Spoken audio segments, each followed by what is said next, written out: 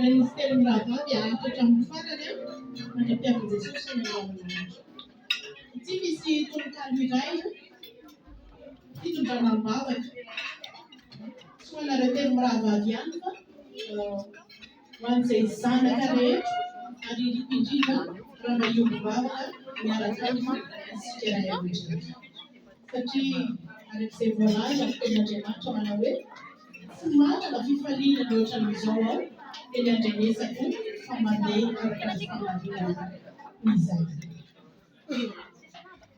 Iny zanako Raiko Masina ny ambony, fotoana mety indrindra anio hibitsihiko aminao, izay mba sentosentom-poko, izay rehetra. Ny angatahiko aminao dia hijerenao manokana anio zanako. Iny izy lasana manomana izay mety hoaviny, azavelanao kivy, azavelanao lany, ilay herim-po kely ananany sy hinanana maty. Tsinjovo Raiko Masina, raiso an-tanana ny dimy, dia ampafantaro azy izay mety farany, ahafahany mifehy sy ahafahany manokana ireo vatsin-dalana aminao amin'ny.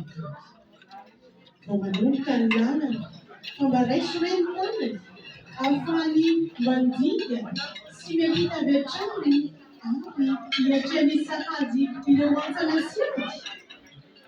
Fantatrao izy tsy hoe matotra manao ambony na mbola zazeny foana, fa mila namana ny saina mihinanao miaraka aminy. Azavelanao an-dala, ireo fitsapana sy fitiavana, ireo tambitamby sanatranatra, ireo mety hifatoka sy orika izay nandalo rehetra tany, fa ampinao mitoetra aminy. Mba hokatra ny sy ho fantany izay hevitra fiosiny sy izay rehetra matomaty.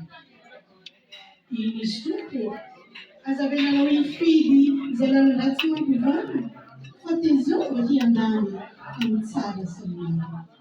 Azavelanao rirosina hanandranako izay rehetra mampony, fa amin'ny sy ahitsio mba ho tonga olona. Vao eo izay mety manjaka sy sahazanao azy, fa aza dia vesaranao izay mavesatra sy mafy sy ireo rehetra mety misazy. Na dia hoe eto an-tany fandalovana mora simba vetivety azy, dia anokany fanomezana izay antonony sy mety, dia azavelanao misina izy fa mba homeny fifaliana.